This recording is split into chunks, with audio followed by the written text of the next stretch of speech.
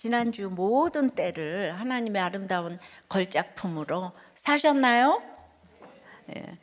이 시간 밖에서 이 시간안을 보려니까 우리는 자꾸 이렇게 환경만을 생각하게 되는 거예요. 환경이 아름다운 거 이것만 생각해요. 근데 다시 한번 느끼는 거는 여러분, 사람은 참 안 변해요. 아시죠? 예. 그걸 인정해야 아름다운 거예요. 여기 한번 영접했다고 바뀌는 게 아니에요. 그래서 여전히 우리는 하나님의 도우심이 필요합니다. 그러니까 이제 여러분들 실망할까 봐 오늘 하나님은 우리를 반드시 건지신다고 약속하시잖아요. 할렐루야. 예, 우리는 왜 다른 존재가 아닌 하나님의 건지심을 받아야 할까요? 하나님께서는 왜 우리를 반드시 건지실까요? 오늘 랍사기의 두 번째 연설을 통해서 함께 생각을 해보겠어요. 우리는 왜 하나님의 건지심을 받아야 할까요? 첫째로, 우리는 세상의 외침에 너무나도 쉽게 속기 때문입니다. 예루살렘은 지금 아수르군에게 포위되어 있어요. 잊어버리지 않으셨죠? 아수르 왕 사네립이 보낸 랍사게가 예루살렘 성안을 향해 한 차례 일장 연설을 했어요. 하나님만 의뢰하는 히스기야에게 네 의뢰가 무엇이냐 물으면서 조롱했고요. 힘을 합쳐 맞서려는 애굽이 상한 갈대의 지팡이라고 놀립니다. 히스기야가 보낸 세 명의 장관은 이런 말을 백성이 듣는 게 너무 두려워서 제발 유다 말로 하지 말고 아람 말로 해달라. 이 얘기는 제발 우리 나라 말로 하지 말고 영어로 좀 해주세요. 이렇게 부탁을 하지만 랍사게는 단칼에 거절해요. 이 사람이 이제 하버드 박사거든요. 그러니까 단칼에 거절합니다. 그리고는 두 번째 연설을 시작하는데요. 28절부터 읽습니다. 랍사게가 드디어 일어서서 유다 말로 크게 소리질러 불러 이르되 너희는 대왕 아수르 왕의 말씀을 들으라. 왕의 말씀이 너희는 히스기야에게 속지 말라. 그가 너희를 내 손에서 건져내지 못하리라. 또한 히스기야가 너희에게 여호와를 의뢰하라 함을 듣지 말라. 그가 이르기를 여호와께서 반드시 우리를 건지실지라. 이 성읍이 아수르 왕의 손에 함락되지 아니하게 하시리라 할지라도 너희는 히스기야의 말을 듣지 말라. 유다 말로 하지 말아달라고 했는데 더더욱 큰 소리로 유다 말로 외칩니다. 역대하 32장에 보면은 랍사게는 유다 백성을 놀라게 하고 괴롭게 하려고 일부러 그랬다고 해요. 랍사게는요 아주 이분 똑똑한 분이에요. 심리전의 달인이에요. 예. 자, 뭐라고 외치죠? 하나님의 백성인 유다 사람의 제일 의무가 뭐예요? 들으라 이스라엘아 여호와의 하나님의 말씀을, 이게 주제잖아요. 그런데 랍사게가 유다인에게 큰 소리로 외치는 명령, 대왕 아수르의 왕의 말씀을 들으라. 예. 아수르 왕 사네립이 지금 무슨 말씀을 했다고 들으라고 하죠? 히스기야에게 속지 말라고 해요. 히스기야는 여호와께서 반드시 우리를 건지실지라 이 성읍이 아수르 왕의 손에 함락되지 아니하게 하시리라고 말하지만 그게 속임수라는 거예요. 속지 말고 그 거짓된 말을 듣지 말라는 거예요. 세상을 다스리는 사네립 왕이 군대로 성을 포위한 채 이 말을 전해요. 이 말을 유다 백성은 지금 성 안에 포위된 채 듣고 있어요. 히스기야 왕은 궁궐을 해서 나오지도 못했을 것이죠. 장군도 군대도 아수르 군대에 맞서 아무것도 하지 못하는 형편인데 가뜩이나 쩌렁쩌렁 울리는 랍사게의 큰 외침이 백성 마음엔 더욱 크게 울리지 않았겠습니까? 너무 무서워서 심장이 녹아내리는 듯 했을 거예요. 그러니까 히스기야가 했다는 말은 기억도 잘 지금 안 나는데 큰 소리로 울려 퍼지는 아수르 왕의 말은 너무 맞는 것처럼 들렸을 것이에요. 또 이게 전부가 아니에요. 아수르 왕의 말씀은 위협으로 끝이 나는 게 아니었어요. 31절부터요. 아수르 왕의 말씀이 들으라 하더니 너희는 내게 항복하고 내게로 오라 나오라. 그리하고 너희는 각각 그의 포도와 무화과를 먹고 또한 각각 자기의 우물의 물을 마시라. 내가 장차 와서 너희를 한 지방으로 옮기리니 그곳은 너희 본토 가나안과 같은 지방 곧 곡식과 포도주가 있는 지방이요 떡과 포도원이 있는 지방이요 기름 나는 감람과 꿀이 있는 지방이라. 너희가 살고 죽지 아니하리라. 여러분 이거 완전 복음 아니에요? 아수르 왕의 말씀이 뭐예요? 빨리 항복하고 성문 열라. 항복하고는 직역하면은 너희는 나와 함께 축복을 만들라 이런 뜻이에요. 나오라는 것은 그러니까 아수르를 대적하기 위해 무장했던 상황을 빨리 해체해라. 그러니까 위기의식에 사로잡혀 있던 남유다 군인들의 마음을 동요시키기에 충분했어요. 아주 이 실력자가 하는 얘기잖아요. 예, 그렇게 항복하고 나오면 무화과와 우물물까지 보장해 준대요. 게다가 새로운 동네로 이사까지 해준다는 데는 이사까지 해준다고 하는데 거기는 어딘가 하면 젖과 꿀이 흐르는 가나안 땅하고 똑같이 곡식과 포도주가 있어요. 그러니까 곡식과 포도주가 있으니까 그걸로 만드는 떡과 포도원이 있고 그 다음에는 특식인 기름에 감람과 꿀이 있다 그러면서 점증법적으로 여기가 지상낙원인 것처럼 점차적으로 소개를 하니까 이 사람이 정말요 심리전의 달인이에요. 이 전쟁이 심리전이에요. 그래서 결국 어떻게 된다고 해요? 이렇게 되니까 살고 죽지 아니하리라. 네가 내 말만 들으면 죽지 않고 살 것이라고 아주 설득력 있게 설득을 약속합니다. 설득해서 그 살 걸 약속합니다. 그런데 이렇게 새로운 동네로 이사를 가는 이 얘기는 아주 잔인한 아수르 그 이주 정책을 말하는 거예요. 아수르는요 그동안 군인들에게 그 피정복민의 여자들을 욕보이게 하고는 모두 옷을 벗겨가지고 포박하여서 서로 뒤섞어가지고 민족의 정체성을 다 말살시켜가지고 누가 어떤 백성인지 모르는 거예요. 내가 코리아인지 일본인지 중국인지 그래서 반란을 방지하기 위한 아주 잔인한 이주 정책을 썼어요. 그러니까 오늘 이 랍사게의 이 말은 모두 새빨간 거짓말이에요. 유다 백성 불과 21년 전에 북이스라엘이 아수르에 망한 것을 너무 잘 알고 있어요. 아수르 하면은 그냥 너무 트라우마예요. 우리의 형제 나라가 망했잖아요, 그죠? 지금 당장이라도 아수르 군대가 성을 부수고 들어와 다 죽을 것처럼 느낍니다. 그런데 지금 항복하면 새로운 곳에 이사해서 잘 먹고 잘 살게 해준다니까. 게다가 세계 최고의 강대국인 그 강대국의 수장께서 이 대왕께서 자기들에게 직접 살고 죽지 아니라 하고 친히 약속을 해주니까 이게 황공무지로서의도가 되지 않겠어요? 황공하죠? 한마디로 지금 말할 것 같으면 미국 비자를 준다는 거야. 아수르 비자를 주겠다는 거야. 아수르에게 항복한 지금 아수르 백성이 된 사람들이 도리어 너무너무 지금 부럽지 않겠어요? 요새 미국에서 다 쫓아내는데 거기 비자를 갖고 있는 사람들 얼마나 부럽겠어요. 그렇지 않은 사람 찾기가 더 어려웠을 거예요.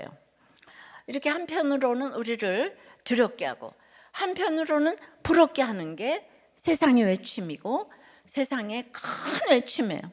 세상의 외침은 우리를 우리 자리에서 떠나게 만드는 소리예요. 하나님을 의뢰하는 자리에 두려움을 확 심어서 떠나고 싶게 만들어요. 하나님께서 주신 기업을 감사히 누리는 자리에 부러움을 잔뜩 넣어서 하나님을 떠나고 싶게 만들어요. 외침이 크면 클수록 떠나고 싶은 마음도 커집니다.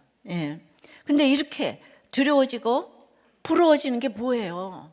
속는 거예요. 진리는 하나님 말씀에 있잖아요. 그래서 진리의 말씀을 믿어야 진리 위에 서서 속지 않는 것이죠. 하나님에 속한 자는 진리의 말씀을 듣는 거예요. 근데 말씀보다는 아수르 왕처럼 보암직한 믿음직한 세상의 힘과 지위와 능력이 지금 당장 더 옳은 것처럼 보이는 게 우리의 문제인 거예요. 속기 싫어요. 근데 너무 쉽게 속는 우리의 연약함이고요. 아무리 안 속으려고 애를 써도 아수르 왕처럼 대단한 누군가가 내게 오면 다 속아 넘어가는 것이 우리의 한계예요. 왜죠? 우리가 아수르 왕처럼 되고 싶은 욕심이 너무나도 가득가득하기 때문이에요. 그득그득하기 때문이에요. 예. 안 그래요? 네. 이처럼 우리가 세상의 외침에 너무나 쉽게 속기 때문에 엊그저께 지난주 보면 예수님 당시 유대인들도 지도자들에게 속아서 모두가 한결같이 로마의 반란을 일으킨 이 살인자 바라바를 살리고 예수를 죽이라 외치잖아. 그러니까 이제 이 유대인들의 이 죄가 너무 커서 구속사를 해석한다면 그 유대인들이 그냥 600만 명이 학살을 당해도 아직도 못 믿는다는 거예요, 예수를. 그러니까 이 얘기는 다 망해도 내가 워낙 옛날부터 가진 게 많으면 안 믿는 거예요. 안 믿는 사람들이 이렇게 있는 거예요. 그러니까 예수 믿는 것이 이렇게 어려울 수가 있다는 거예요. 지난 주일 부활절에 많은 분들이 일어나서 영접을 해주셨지만 저는 그날 너무 곤고한 마음으로 예배를 드렸어요. 전주일에 저는 오세아니아를 갖고 와서 너무 힘든 가운데도 이제 그 장례를 2번이나 가서 인도했어야 돼요. 근데 다들 예수 잘 믿으니까 거기 딱 그냥 빌라도 같은 분이 양쪽에 한 명씩 계시더라고. 그래서 이제 그 한 분을 놓고 열심히 전했어요. 그리고 부활절에 오시기를 간절히 권했는데 2분 다 안 오셨어요. 그러니까 예수님은 또 마지막에 빌라도에게 전도했지만 실패했잖아요. 그래서 그 본문이 저게 참 위로가 되더라고요. 그래서 이 곤고한 마음으로 부활절 예배를 드렸더니 은혜는 여러분들이 받으셨어요. 그러니까 제가 교만할 수가 없는 거예요. 내가 할 수 있는 게 하나도 없는 거예요. 내가 이렇게 실패를 했더니 주일날은 또 영접하시는 분이 많게 하셨어요. 그러나 씨가 뿌려졌기 때문에 반드시 건져주실 줄을 믿습니다. 꼭 그거예요. 우리는 이 땅에서 처지와 형편이 가난하든 부하든 다른 존재가 아닌 여호와 하나님께 건지심을 받아야 합니다. 왜죠? 여호와께서 우리를 반드시 건지실지라. 하나님께서 틀림없이 이 바라바의 세상 방법이 아닌 로마를 총칼로 물리치는 방법이 아닌 하나님의 방법으로 우리를 반드시 건지실 것이기 때문입니다. 어디로부터 건져요? 너무 쉽게 속는 우리 악함과 약함으로부터, 아무리 다짐을 해도 또 속임을 당하게 되는 우리의 욕심으로부터 하나님은 우리를 반드시 건지실 것이에요. 누가 이기고 지는 게 아니에요. 이런 모든 사건에서 나의 욕심을 봐야 되고 나의 악함을 봐야 되고 나의 약함을 봐야 되고 나의 교만을 봐야 되는 줄 믿습니다. 반드시 건지시리라. 예외가 없다는 거예요. 무조건이에요. 이거 히브리어로도 굉장히 강한 필연성을 표현하는 거예요. 오늘 본문에 건지다가 지금 7번 이상 나와요. 그러니까 난 더 잘 속으니까 건진받을 자격이 없어, 이런 생각을 하실 필요가 없어요. 오히려 더 잘 속을수록, 건진받을 자격이 없을수록 다른 존재가 아닌 하나님의 건지심을 받아야 합니다. 왜죠? 하나님께서 우리를 반드시 건지실 것이기 때문이에요. 우리가 확실히 건짐을 받을 소망의 근거가 오직 하나님께만 있기 때문입니다. 따라서 여러분, 뉴스에서 들려오는 이야기, 주변 사람들의 말, 내 안에서 솟아오르는 여러 인본적인 소리 등 나를 향해 크게 외쳐서 두렵게 하고 부럽게 하는 모든 세상의 외침을 들으면서 지금 갈등하고 계세요? 이런 자신이 너무 한심하고 어리석게 여겨지십니까? 너무 쉽게 잘 속아서 스스로에게 절망하고 좌절합니까? 오히려 그런 연약함과 죄악 때문에 오직 하나님의 건지심을 받을 확실한 이유가 되는 것입니다. 적용 질문이에요. 나를 두렵게 하고 부럽게 하는 세상의 외침은 무엇이에요? 그 외침에 속아서 하나님이 나를 세우신 자리를 떠나려 하는 내 연약함을 고백합니까? 그 외침을 듣고 지금 내가 서 있는 자리를 떠나고 싶은 것이 속임당하는 것임을 인정합니까? 그 두렵고 부러우니까 이혼하고 자살하고 사표 내고 이러는 거예요. 내 자리를 자꾸 떠나고 싶은 거예요. 떠나면 안 되는 거예요. 모든 때를 아름답게 하신 것은 갑자기 남편이 잘해주고 아내가 잘해주고 애가 공부 잘하고 이런 게 아니라는 거예요. 이 구속사적인 해석을 잘 하셔야 되는 거예요.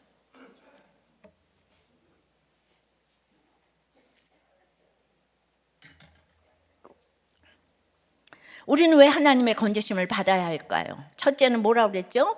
우리는 세상의 외침에 너무 쉽게 속기 때문이에요. 왜 속습니까? 속는 이유가 바로 두 번째는 우리는 자꾸 높아지려 하기 때문이에요. 32절이에요. 히스기야가 너희를 설득하여 이르기를 여호와께서 우리를 건지시리라 하여도 히스기야에게 듣지 말라. 아수르는 또 듣지 말라고 해요. 아무리 히스기야가 여호와께서 우리를 건지시리라고 설득해도 듣지 말라는 거예요. 그건 속임수고 거짓말이라는 거예요. 그러니까 여기도 저 목사 말을 듣지 마라. 내가 오늘만 오고 안 올 거야. 넌 목사한테 넘어가면 안 돼. 이러고 오신 분이 한 분이라도 계시면 오늘이 마지막이라니까. 나는 꼭 너무 점쟁이 같지 않아요?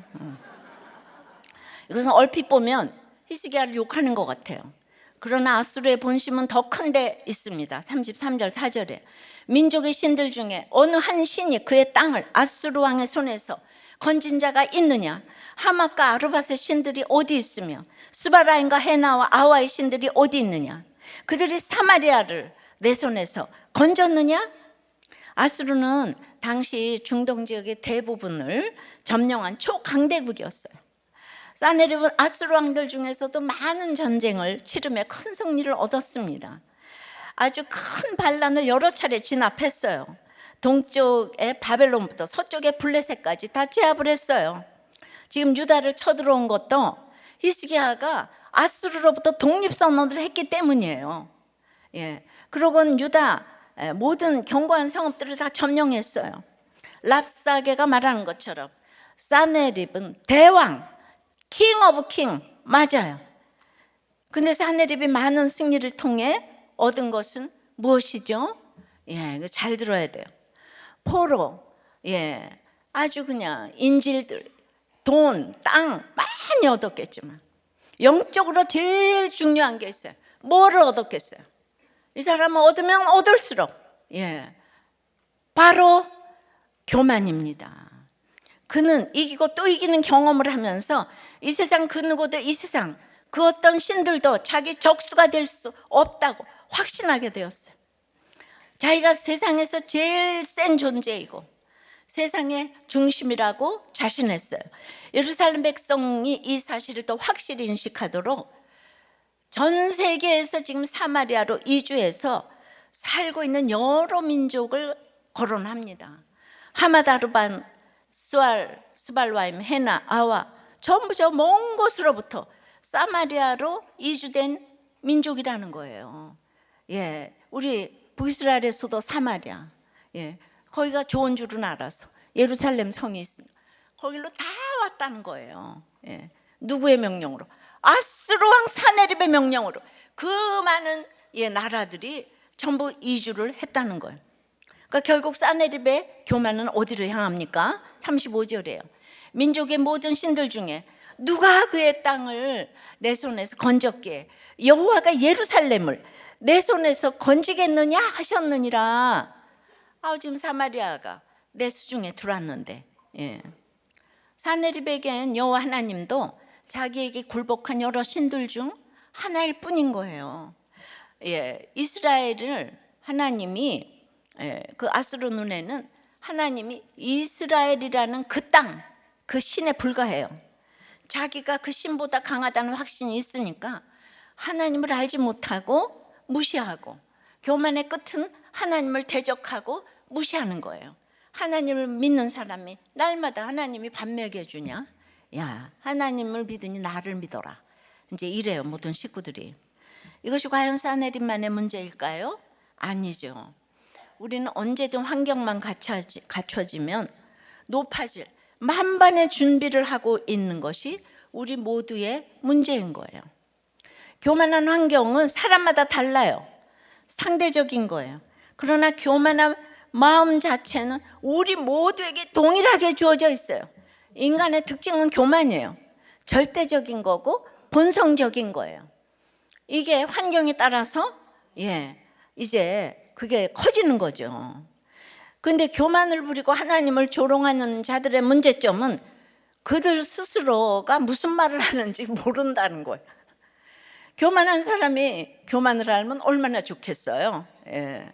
그럼 여러분, 그 교만의 증거가 무엇이겠어요? 교만의 증거가 무엇이겠어요?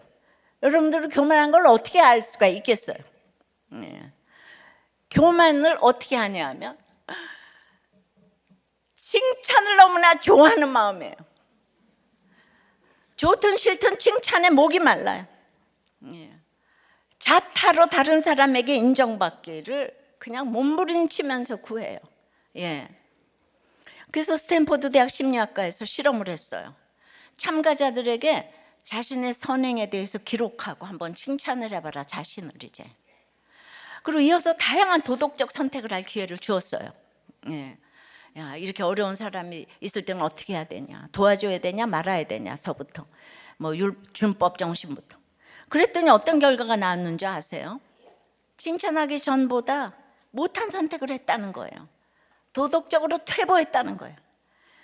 자기가 자신을 칭찬하는 순간 자신이 좋은 사람이라는 확신이 생기고, 그 확신이 이후 자기 선택에 오히려 부정적으로 작용했다는 거예요.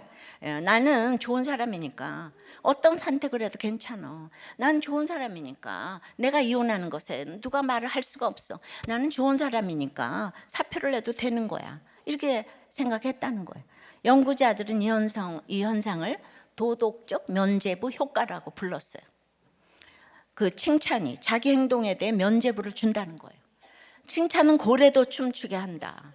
어렸을 때는 그렇기도 해요. 그러나 날마다 칭찬만 받으면 나중에 비난에 직면을 못하는 거예요. 그러니까 날마다 그냥 호호 불어가면서 키우는 것만이 좋지 않아. 그래서 우리는 큐티를 하면서 하나님께 꾸지람을 날마다 받아야 되는 거예요. 꾸지람을 받아보지 못한 사람들은 이제 자꾸 자기 행동에 면죄부를 주는 거예요. 그러니까 칭찬도 결국 욕구라는 거예요. 채워지면 그만인 욕구예요. 아니, 채워지면 오히려 더 큰 것을 요구하게 되는 욕심이에요. 그래서 모든 사람에게 인정받으려고 하고, 칭찬받지 못하면 못 견디고, 조그만 비난도 참지 못하고, 나아가 하나님으로부터도 인정만 받으려고 하고, 심지어 하나님도 자기가 판단하려고 하는, 하나님 따위가 뭘 알아, 이렇게 되는 거예요. 모든 걸 다 갖추게 되면은 이제 아수르왕 같은 존재가 되는 거예요. 하나님 따위가 예루살렘을 내 손에서 구할 수 있겠어? 예. 그런데 이제 우리는 항상 더 나가서 구속사라는 거는 누구 욕하려고 성경 읽는 게 아니야. 아수르왕도 하나님께서 건져주셔야 할 죄인 아닙니까? 이 더 깊은 죄의 늪에 빠져 있으니까 오히려 하나님께서 더욱더 건져주셔야 하지 않겠어요? 교만한 사람은 자신이 눈이 멀어서 자신이 건진받아야 될 존재라는 것을 모르지만 사실은 그도 구원받아야 할 죄인인 거예요. 아수르왕이 나와 상관없는 사람일까요? 아니에요. 우리는 내 옆에 아수르 같은 사람이 있어요. 근데 그 아수르왕 같은 환경에 있지 않을 뿐 마음은 똑같아요. 기회만 되면 자꾸 칭찬받으려고 하고 높아지려고 해요. 하나님도 내 손 안에 내 머릿속에 두고 싶어 하는 거예요. 하나님이 어떻게 나한테 이러실 수 있어? 근데 우리는 그걸 다 동경해요. 최고의 권력과 높아지고자 하는 데는 끝이 없는 거예요. 히틀러도 그냥 압도적인 투표에 의해서 당선이 된 사람이에요. 그런데 독일 백성들은 구세주라고 불렀어요, 히틀러를. 그러니까 우리는 부안해동되는 게 있어요. 그러니까 이제 그렇게 올라가게 되면 이제 예루살렘을 내 손에서 건질 수 있겠어? 이렇게 되니까 유대인들을 이렇게 죽이려고 했잖아요, 그죠? 그러니까 하나님이 어떻게 나한테 이러실 수 있어? 잘났으니까. 하나님이 어떻게 나한테 이러실 수 있어? 이런 마음은 곧 랍사게가 여호와가 예루살렘을 내 손에서 건지겠어? 하는 말하고 똑같은 거예요. 하나님이 어떻게 이러실 수 있어? 하나님 따위가 내 손에서 건질 수 있어? 이게 똑같은 교만과 열등과 이거 다 똑같은 얘기예요. 그러므로 우리는 다른 존재가 아닌 하나님의 건지심을 받아야 돼요. 하나님이 아니면 누가 우리를 이 곤고한 형편에서 건져주시겠어요? 하나님만이 건져주실 수 있는 거예요. 그래서 오늘 말씀으로 약속하세요. 여호와께서 반드시 우리를 건지실지라. 이번에 큐티인의 시편 35편 4절에도 내가 여호와께 간구하며 내게 응답하시고 내 모든 두려움에서 건지셨도다 하시죠. 우리를 건지시는 하나님께만 우리 인생에 소망이 있는 줄 믿으시길 바라요. 적용 질문이에요. 이것만은 내 것이라며 내 마음대로 하려는 것은 무엇이에요? 어떤 칭찬받기를 그렇게 좋아하세요? 제일 듣기 싫은 비판은 무엇이에요? 랍사게가 유대인이었죠. 그래가지고 히브리어를 너무 잘하는 거예요. 그런데 아수르의 아람어도 너무 잘하는 거예요. 영어도 잘하고 한국말도 잘하고. 그때 유대를 배반해서 지금 유대에게 총불을 겨누고 있잖아요, 그죠? 처음에는 안 그랬을 거예요. 그 사람은 정말 믿음의 대상이 아닌 거예요. 하여튼 높아지고자 하는 것은 끝이 없는 것 같습니다. 근데 랍사게 같은 여성을 한 분 내가 이제 소개를 하려고 해요. 웬디 덩인데 이 중국의 이제 산둥성에 지난시 아주 가난한 집에서 태어났어요. 그러니까 한 60여 년 전에 얼마나 가난했겠어요, 중국이. 그랬는데 그러니까 그냥 야망, 어떻게든지 자기는 성공해야 돼. 근데 아주 영특했어요. 공부를 잘하고 특별히 우연히 그 뉴욕 타임스스퀘어 사진을 보고 저 미국에를 가야지 내가 성공한다. 영어를 열심히 공부했습니다. 그래가지고 광저우 의대에 진학을 했어요. 굉장히 똑똑하죠. 근데 이제 웬디 덩의 인생 첫 목표는 그래서 미국 영주권 딱인 거예요. 근데 당시 중국에서 유니세프 이사로 있었던 냉장고를 만드는 사장인 미국인 제이크와 조이스 부부에게 이제 통역으로 신임을 얻고 그 부부의 특별히 아내에게 영어를 배웠어요. 미국을 너무 가고 싶어 하니까 이들이 미국으로 갈 때 웬디 덩의 후견인이 돼가지고 미국으로 데리고 와서 같이 살았어요. 그래서 캘리포니아 주립대학을 진학을 하게 했는데 이 웬디 덩이 그냥 불과 1년 만에 그렇게도 고맙게 해준 제이크의 재력을 보고 52살의 재력을 보고 제이크를 그냥 유혹해가지고 그 엄마 같은 조이스를 배반하고 이혼시키고 결혼을 한 거예요. 30년 차인데. 근데 그렇게 살았으면 모르겠는데 그 2년 만에 시민권을 땄잖아요. 목적을 이룬 그녀는 또 이제 그 남자하고 안 살죠. 그래가지고 다른 남자하고 또 외도를 해가지고 이혼을 했어요. 그러니까 이 제이크는 그 2년 동안 살려고 평생 살아온 부인을 버리고 그랬는데 그냥 이제 돈도 생겼잖아요. 이제 더 큰 돈과 명성을 얻고자 예일대 경영학 석사 이것도 들어가기 어려워요. MBA를 했잖아요. 그래가지고 그냥 언론 재벌 루퍼트 머독에게 와인잔을 딱 쏟음으로 접근해가지고 거기 31살에 68살인 그와 또 결혼을 했어요. 가지고 딸 둘을 낳고 14년 만에 그것도 이제 인공수정으로 해서 그래가지고 이제 이 언론이 다 대통령 총리 만들더라고요. 그래서 영국 총리를 이제 되는데 너무 도와준 토니 블레어 영국 총리 있잖아요. 그 너무 가깝게 지냈는데 딸의 대부이기도 했는데 그만 토니 블레어하고 또 불륜이 일어나가지고 물경 그냥 2조를 받고 이혼을 했다는 거예요. 2조. 우리 요새 천문학적인 숫자 그 2조 알죠?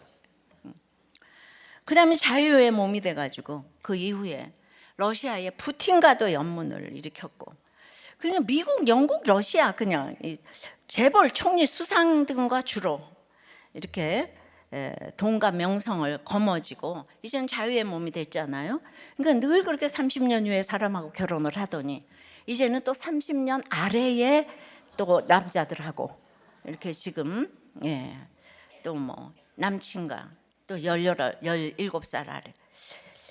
늘 도와주던 자를 배신하고 외도를 밥 먹듯이 하는 것이 이 랍사게가 유대인이었지만은 이제 아수르의 최고위직이 되어서 재물과 명성을 거머쥐고자 하는 것과 같은데요. 이 웬디 덩도 중국 사람이 영어를 너무 잘하니까 전 세계 지도자들을 마음대로 지금 배신하고 주무르잖아요. 스파이라는 말도 들었지만은 특히 옥스퍼드 출신인 언론 고물 머독이 넘어갔을 때는 그냥과 세상적으로 얼마나 대단한지 몰라요. 그런데 이 대단한 세계적인 지도자들의 가정을 모조리 깼잖아요. 그러니까 지도자들도 그녀도 아무리 학벌과 있어도 도덕성이 얼마나 낮은지를 보여주잖아요. 높아지고자 하는 건 끝이 없는 거예요. 다 속이잖아요. 속이는데 다 넘어가잖아요. 그래서 남자들은 왜 그럴까요? 2년 살고 배반을 당했는데 그냥 그지 왜 그러는가 하면은 그러니까 우리가 생각을 해봐야 될 게 웬디 덩이 그렇게 이쁘지 않아요. 그런데 너무 중국어를 잘하고 머독의 중국인 출장 때마다 가면은 입에 혀처럼 잘하는 거예요. 영어도 잘하고 경제학도 잘하고. 그러니까 첫 번째 그 제이크 거기에서도 중국어를 잘해가지고 그냥 이 웬디 덩이 없으면은 이게 안 될 것 같은 거예요. 전부 다. 그리고 그때는 그냥 몸을 날려가지고 그 머독이 청문회를 하는데 누가 파일을 탁 집어던지면서 머독을 공격하려고 할 때 그 또 이제 웬디 덩이 청소년 때 배구 선수를 했대요. 그래가지고 몸을요 그 1초 2초 사이에 확 날려가지고 강 스파이크를 날려가지고 그래가지고 또 충심을 인정받아가지고 위자료를 2조나 받았잖아. 그러니까 그럴 때는 그냥 이 밑에 부하들이 그냥 사장을 위해서 가진 충성을 다할 때는 우리는 딴 생각을 못해. 그러니까 이쁘기보다는 이 세상에 무서운 게 오피스 와이프인 거예요. 하루 종일 보고 있는데 그 사람이 아니면은 일이 안 되는 거야. 병원 수입도 그 사람이 다 올려줘. 회사 수입도 그 사람이 다 올려줘. 그러니까 이 모든 지도자들, 토니 블레어, 그냥 그분이 유니세프 이사였잖아요. 첫 번째. 그러니까 여러분들 누구도 예외가 없다는 거를 아시겠죠? 그러니까 이 도덕성이 없으니까 그렇게 하고는 또 막 지금 젊은 남자들하고 놀고 가책이 없는 거예요. 그녀가 악녀인지 성공한 자인지 여러분 한번 나눠보세요. 이게 부러운지 말이 안 되는지. 부럽다 손 들어봐. 사실은 그 환경에 안 가서 그렇지. 그럴 수만 있다면 그러니까 우리가 그렇게 죽자사자 지금 공부시키는 거잖아요. 저 신분 세탁해 보려고 스탠포드 좀 보내보려고 어디 또 좀 보내보려고 예일대 보내보려고. 여러분들의 인생의 목적이 그거 아니에요? 그렇죠? 우리 아들 딸 공부 잘해서 나 좀 노후보장 잘해주기를. 그렇죠? 얼굴이 지금 막 침을 흘리면서 들으시잖아요.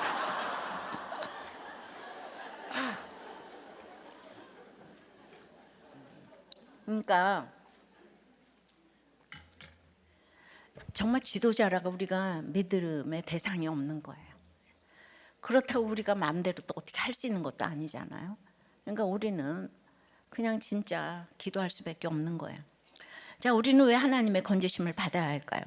첫째, 우리는 뭐예요? 세상의 외침에 너무 두렵고 부럽고 속기 때문이에요. 근데 속는 이유가 둘째는 우리는 그냥 자꾸 높아지려 하기 때문이에요. 그냥 거기에 가장 속는 게 칭찬이에요. 칭찬에 속는 거예요. 나도 속고 남도 속고 다 속고 온 집안 식구. 칭찬이 좋은 게 아니에요. 자고로 아버지한테 두드려 맞은 사람이 잘 되는 건 아시죠? 보면은 어렸을 때부터 인간이 악해가지고 좀 두드려 맞아야 돼. 그런데 그렇다고 또 여러분들 그렇다고 두드리라는 건 아니고 몰라서 다 뚜려 맞았지. 근데 그래서 주님을 만난 거죠, 그죠? 예. 예. 근데 우리는 이것도 저것도 전적으로 무력하기 때문에 여호와를 여호와가 건져 주셔야 돼요. 36절입니다. 그러나 백성이 잠잠하고 한마디도 그에게 대답하지 아니하니 이는 왕이 명령하여 대답하지 말라 하였습니다. 랍사게의 말을 다 들은 백성의 반응이 뭐예요? 침묵이에요. 잠잠하고 한마디도 대답하지 않았어요. 그런데 성경은 이 침묵이 히스기야 왕의 그 양육에 따른 적용이라고 지금 하는 거죠. 종교개혁 했잖아요. 왕명에 순종해서 적용하는 것이면 백성이 할 수 있는 최선이죠. 근데 최선이 지금 뭐예요? 오늘 침묵이에요. 아무것도 하지 않는 것, 아무 말도 하지 않는 것. 역설 아니에요? 할 수 있는 최선이 아무것도 하지 않는 거라는 거예요.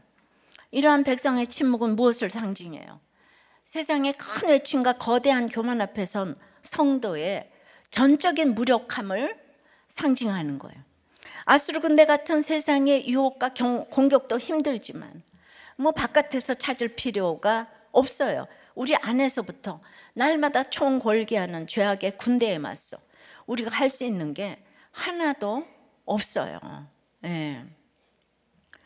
여러분 지금 2조가 왔다 갔다 하죠. 2조. 예. 내가 2조라면은 생명이라도 다 걸겠다. 지금 이제. 그치만은요. 잠시 후에 우리 다 죽잖아요. 2조 못 쓰고 가잖아요. 예. 근데 뭐예요? 결론이 그 자녀들에게 그 딸들에게 줄 수 있는 게 뭐예요? 여러분들이 너무 지금 묵상을 하기 때문에 내가 중간에 다시 한번 설명을 해줘야 됩니다. 2조. 이렇게 전적으로 무력한 우리 자신의 모습을 믿음의 눈으로 볼 때 어찌 애통하지 않을 수 있겠어요? 스스로 너무 부끄럽고 수치스럽고 답답하고 이제 슬프고 하나님께 너무너무 죄송하고 진짜 뵐 면목이 없어요. 그래서 이제 너무 무력한 것에 대해서 애통함을 보여주는 사람이 37절에 등장을 하네요. 이에 hil기야의 아들로서 왕국 내의 책임자인 엘리야김과 서기관 셈나와 아삽의 아들 사관 요아가 옷을 찢고 히스기야에게 나아가서 랍사게의 말을 전하니라. 엘리야김과 셈나와 요아 이 세 사람의 장관이 옷을 찢고 나와서 찢은 게 아니고 찢고 이 수동령이에요. 이 세 사람은 온 나라에서 가장 똑똑한 사람이에요. 국가대표예요. 근데 아수르 국가대표 랍사게 한 명에게 완전히 케업해 당했어요. 랍사게가 19절부터 35절까지 혼자 떠들고 있는 동안 엘리야김과 셈나와 요한은 뭐 했습니까? 그냥 가만히 듣고만 있었어요. 딱 한마디 하긴 했죠. 뭐죠? 그 유다말 말고 아람말로 좀 해줘. 안 돼요. 요 한마디밖에 할 줄 아는 말이 없어요. 예, 그렇게 일방적으로 얻어맞고 나서 두드려 맞고 나서 한 일이 자기 옷 찢은 거예요. 적극적인 슬픔과 분노의 표현이라기보다 대응도 못하고 모욕당한 초라한 상태로 수치와 부끄러운 모습 그대로 왕 앞에 나아간 거예요. 외교술에 능한 랍사게를 이 무능력한 남유다 관리들과 대조시키면서 남유다가 최후의 협상을 통해서도 지금 실패했다. 예, 그게 나가서 들을 말만 전한 게 아니고 히스기야에게는 그래도 솔직하게 얘기할 수 있었던 것 같아요. 찢은 옷을 그대로 입고 엉엉 울면서 당한 일을 다 고했어요. 우리는 죄악의 큰 외침과 높은 교만함에 압도돼요. 아무것도 할 수 없는 전적인 이 무력함 때문에 절망해요. 이 무력함에서 해야 될 것이 무엇이에요? 바로 옷을 찢는 회개예요. 찢은 옷을 그대로 입고 이 모습 이대로 하나님께 나아가서 모두 고하는 것이 예배예요. 찢긴 마음, 깨진 자존심, 실패한 열심, 아무것도 남지 않은 빈손, 이 모든 것을 하나님 앞에 다 고하는 것, 이것이 바로 진정한 예배예요. 지금 전적인 무력함 때문에 너무 힘드세요? 모든 것을 다 그만두고 떠나고 싶습니까? 우리는 모든 때를 아름답게 했다고 그러지만은 달라지지 않는 자녀 때문에 너무 위축이 되고, 애들 학부형 모임에 가서도 다른 애들은 다 잘하는데 내가 아무리 믿음이 있어도 위축이 되는 거예요. 예. 내 남편이 실직 상태에 있으면 위축이 되는 거예요. 예, 우리 식구의 아픈 거는 이거는 끝날까지 나을 것 같지도 않아요. 그래서 여러분들이 너무 무력해요. 예. 근데 그런 거를 당하는 거, 예, 그 인생의 바로 바닥이 이제 하나님 찾을 시간인 거예요. 다 잘난 사람들이 뭐 하나님 왜 찾겠어요? 랍사게가 왜 찾겠어요? 예. 변절자인데 나가서 너무너무 잘 되고 있는데, 예. 그러니까 그렇게 내가 맨날 위축되는 그 마음을 하나님께 고해야 되는 거예요. 나는 하나님의 자녀인데 왜 세상 사람들을 보면 이렇게 위축이 되죠? 예. 여기는 내가 올 자리가 아닌 것 같아요. 이렇게 생각할 수 있죠? 여러분, 예, 예수님을 죽인 사람이 산헤드린 공회원, 대제사장, 바리새인, 율법사, 서기관들, 그 당시에 로타리 클럽 회원들이에요. 예, 그 사람들이 다 모여서 예수님을 죽여라, 죽여라. 백성들은 근데 거기에 다 붙었어요, 그죠? 그래서 다 같이 그냥 지도자들이 오라보여서, 주님은 빌라도 전도도 실패했고, 예, 마지막에 두 강도하고 같이 갔어. 두 강도 중에서도 한 강도만 인정을 했어. 근데 그 강도하고 주님은 말을 섞었어요. 네가 나와 함께 오늘 낙원에 있으리라. 예, 그런 사람하고 얘기해줘요. 예, 그러니까 우리가 마지막까지 이렇게 그 힘든 사람들을 찾아가야 되겠는데, 여러분들은 예수를 믿으면서도 날마다 위축이 돼요. 세상을 보고 위축이 돼요. 절망이 돼. 세상과 자꾸 비교를 해. 예. 그 지금까지 살았던 내 모습을 회개하고, 예, 날마다 예배를 왜 오냐 하면은 이번 주일도 내가 위축됐던 내 모습을 하나님께 고해야 되는 거예요. 예, 그래서 하나님의 건지심을 받을 시간인 거예요. 우리의 무력함은 멸망할 이유가 아닌 거예요. 우리가 들어야 할 말은 세상의 큰 해침이 아니에요. 우리가 보아야 할 것은 세상의 교만함이 아니에요. 우리가 나아가야 할 곳은 세상이 약속하는 헛된 행복이 아니에요. 우리가 들어야 할 말은 하나님의 말씀이고, 우리가 보아야 할 것은 나와 같은 지체들이 모인 예배의 자리예요. 우리가 나아가야 할 곳은 두 팔 벌려 우리를 기다리고 계시는 예수님의 품인 거예요. 그런데 이 세상에 살면서 이걸 어떻게 겪겠어요? 하나님은 우리가 완전해서가 아니라 우리가 전적으로 무력하기 때문에 건지시는 거예요. 우리 모두 하나님께서 반드시 건지실 인생인 줄 믿습니다. 주님의 건지심을 받아서 오늘 시편 말씀처럼 여호와는 위대하시다 찬송을 외친 우리 모두가 되기를 축복합니다. 그냥 여호와는 위대하고 지혜가 총명이 많고 그래서 하나님이 그냥 나를 복을 주실까, 이렇게 하면은 그냥 세상 외침과 다를 게 없어요. 이렇게 말씀을 보면서 나를 직면해야 되는 거예요. 내가 얼마나 세상을 좋아하고 있는가, 이걸 회개를 해야지. 기도만 하면 다 떨어져 승진이 되고 다 붙고, 이거는 잠시 후에 이제 절망에서 벗어날 수가 없는 거예요. 히스기야가 산당 예배를 처음으로 철폐했어요. 그 개혁을 했어요. 그랬더니 와서 랍사게가 이렇게 조롱을 해요. 그러나 개혁을 해서 구속사의 말씀이 이 백성들에게 들려졌기 때문에 그래도 침묵을 하고 하나님 앞에서 옷을 찢을 수 있는 거예요. 그 가랑비에 옷 젖듯이 기복에서 팔복으로를 날마다 듣다 보니까 그래도 입 다물라 하니까 입 다물고 눈물로 내 모습 이대로 인정할 수 있는 거죠. 하나님, 이번 주일에도 또 위축이 됐어요. 이번 주일에도 내가 이 시간 안에 있는 유리병 속에서 지옥을 살았어. 이 시간 밖에서 이걸 해석하지 못해요. 그게 날마다 와야 돼요. 그렇게 큰 소리로 외치고 높은 마음 품다가 아수르처럼 하루아침에 멸망하지 말고 지금이라도 돌이켜서 회개해라. 회개하고 내게 돌아와라. 내게 다 말하고 내게 그 모습 그대로 다 보이라는 하나님의 간절한 사랑의 외침인 거예요. 오늘 여러분들이 죽을 이유가 하나도 없어요. 왜? 이 세상이 짧기 때문에. 2조를 가져도 못 쓰고 죽어.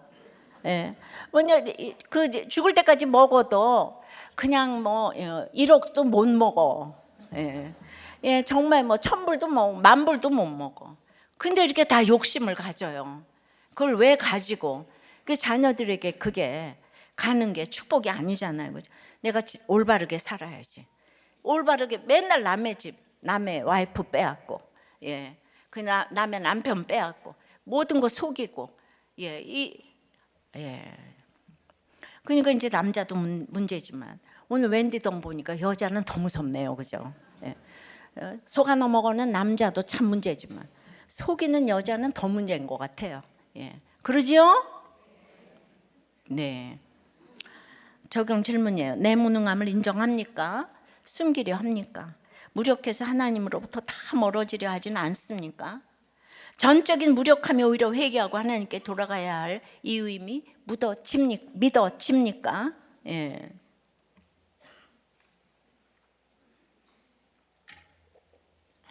지금 누구 옳고 그르고 얘기하는 거 아니에요. 여러분들이 그랬다 할지라도 오늘부터 시작해서 전적인 무력함을 하나님께 아뢰고 지금 돌아오면은 반드시 그 누구라도 건지실 줄 믿습니다.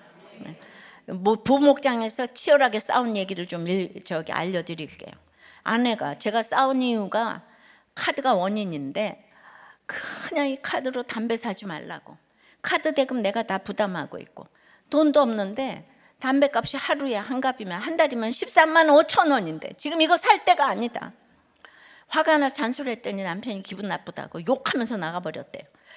그랬는데 진짜 나갔는지 전화를 받지 않아서 이번에는 내가 욕을 하면서 왜 전화 안 받냐, 이 개 XX야, 네가 사람이냐, 그러면 욕을 하다가 사실 남편은 지금 아무것도 없는데 그 남편에게 그냥 돈벌이가 안 돼. 추징금도 못 내니까 앞이 캄캄하고 막막해서 아무것도 없는 남편에게 이혼하자 그러면서 차키 핸드폰 카드 다 내놓고 나가라 그랬다는 거예요. 그러니까 아들도 7년 만에 겨우 공부하겠다고 도와달라고 그러는데 이 남편이란 작자는 아직도 이렇게 담배를 못 끊고 그래서 살려달라고 기도했는데 이제 이런 얘기를 막 그냥 이제 얘기를 하니까 목자님이에요, 이 남편이. 아내와 싸우는 이유는 이제 참 제가 마땅히 수치와 조롱을 받아야만 되는 사건이고, 근데 100% 인정이 되면서도 인정이 안 되기에 싸우면서 이렇게 가는 것 같다고. 도박 중독으로 가정을 파탄나게 했으면서도 지금 담배를 끊지 못하는 상황이라는 거예요. 그러니까 대리를 하면서 스트레스 많이 받다 보니 이렇게 되었다함이 없는 모습이 바로 내 모습이라고. 그러니까 또 아내의 권찰님이 처음에 결혼해서 너무 행복하게 살았는데 남편의 도박으로부터 지금 전쟁이 시작이 됐다는 거예요. 이 도박, 그러니까 그냥 날마다 싸우고 말씀을 들어도 안 고치고, 그러니까 길에서 싸우지 말고 목장에서 싸우라 그래가지고, 그 목장에 와서 싸우는데 목장에서 남편이 솔직히 얘기할 땐 좋았는데 집에만 가면 또 달라지니까 이제 목장에서 잘 나누는 것도 싫어지더라. 목장에서처럼만 집에서 해줬으면 좋겠다. 그런데 내 의가 많다 보니까 이렇게 얘기한다는 거예요. 도박 중독자가 감옥 다녀와서 이렇게 변해서 목자까지 됐으니 얼마나 좋으냐 하지만 내 속은 이제 터진다는 거죠. 나도 4번의 수술로 힘들고 영육이 심히 힘든 상황을 지나고 있는데 그럼에도 지금 굉장히 길게 나눴어요. 지난주 목장에서 이렇게 너무나 내가 하고 싶은 말을 리얼하게 다 얘기를 했는데도 그래도 남편이 이걸 잘 들어주고 묵묵히 참아줬다는 거예요. 그러니까 여러분들 목장 가서 싸우고 길에서 싸우지 마세요. 길에서는 말을 하지 마. 집에서는 말을 하지 마. 오직 목장에 가서만 해. 목장에 가서만. 그러니까 목자님이 그 고발을 하니까 서운한 감정이 있었지만은 내가 오죽 못났으면 아직도 이런 말을 들어야 하나 인정이 되었기에 분하고 억울한 것은 없었다. 여러분 그래도 있잖아요. 가랑비에 옷이 젖으니까 목자가 됐잖아요. 도박 중독자가. 근데 여기 S대 출신이 목자가 아닌 사람들이 많잖아요. 그 랍사게가 목자가 안 되잖아요. 도박 중독자는 되네요. 이게 중요해. 그죠? 그야말로 옷을 찢고 침묵할 수밖에 없는 상황이잖아요. 여러분의 모든 때를 이렇게 아름답게 하시기를 바랍니다. 말씀 맺어요. 우리는 왜 하나님의 건지심을 받아야 할까요? 첫째, 우리는 세상의 외침에 너무 귀가 얇아. 두려움에 부러움에 날마다 속아요. 속는 이유가 우리가 세상을 너무 좋아하고 자꾸 세상에서 높아지려고 하기 때문이에요. 만족을 못해요. 미국 시민권 하나가 목적이었다가 자꾸 하니까 온 나라를 뒤집어 엎는. 근데 그렇게 안 할 사람이 누가 있어요? 우린 전적으로 무력해요. 육신의 정욕, 이 생의 자랑, 안목의 정욕에 전적으로 무력해. 아무것도 할 수 있는 게 없어요. 그래서 우리는 내 모습 이대로, 내 모습 이대로 주 받아달라고 그렇게 찬송하고 기도하는 수밖에 없습니다. 애통한 마음으로 우리들 찬송하고 기도합니다. 내 모습 이대로 사랑하시네. 연약함 그대로 사랑하시네. 나의 모든 발걸음 주가 하시다니. 날 인도하소서. 내 모습 이대로 사랑하시네. 연약함 그대로 사랑하시네. 나의 모든 발걸음 주가 하시다니. 날 인도하소서. 주의 날개 아래 거하는 것, 주의 임재 안에 거하는 것, 나의 가장 큰 소망, 나의 가장 큰 은혜. 주와 함께 동행하는 주의 날개 아래 거하는 것, 주의 임재 안에 거하는 것, 나의 가장 큰 소망, 나의 가장 큰 은혜.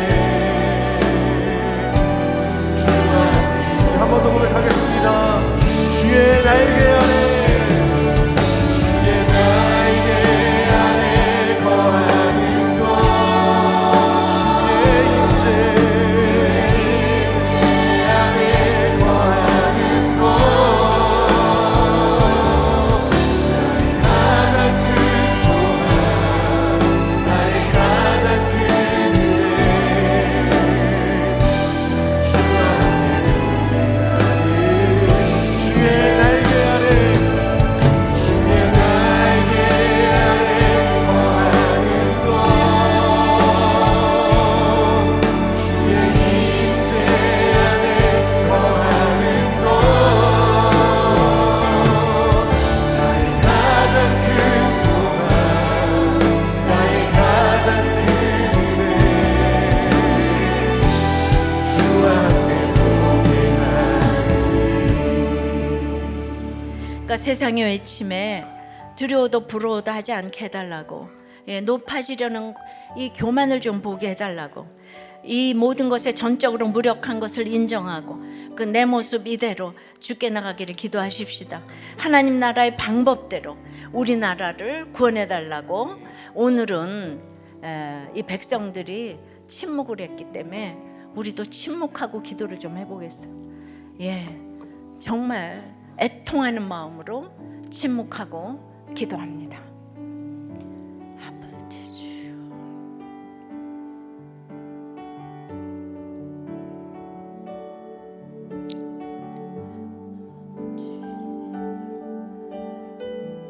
아버지 주여,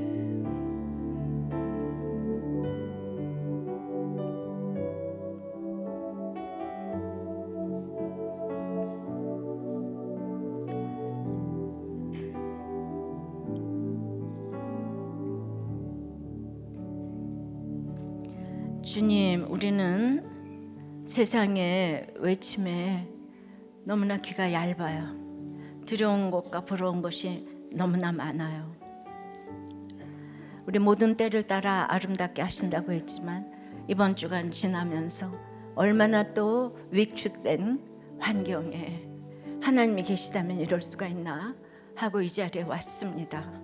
주님, 우리는 예수 믿으면서도 날마다 세상과 비교를 합니다. 그래서 할 수만 있으면 높아지고자 하는 마음이 있어요. 그래서 너무나도 칭찬을 좋아하고 그것이 오늘 그냥 큰 교만인 것을 알았어요. 그래서 어떤 말도 드러내지를 못하고, 그래서 나의 모든 것을 지적할 때 인정을 하지 못합니다. 내가 언제 그랬냐고 날마다 그럽니다. 주님, 그래서 이 교만을 물리치기에 너무나도 무력합니다. 주여, 주여, 오늘 그 모든 걸 인정하오니 옷을 찢고 주님께 나갑니다. 주님, 물리치도록 도와주시고 불쌍히 여겨 주시옵소서. 이 모든 환경에서 반드시 하나님께서 건져 주실 줄을 믿습니다. 주여, 건져 주시옵소서. 건져 주시옵소서. 이 나라를 보시옵소서. 건져 주시옵소서. 반드시 건져 주실 줄을 믿습니다.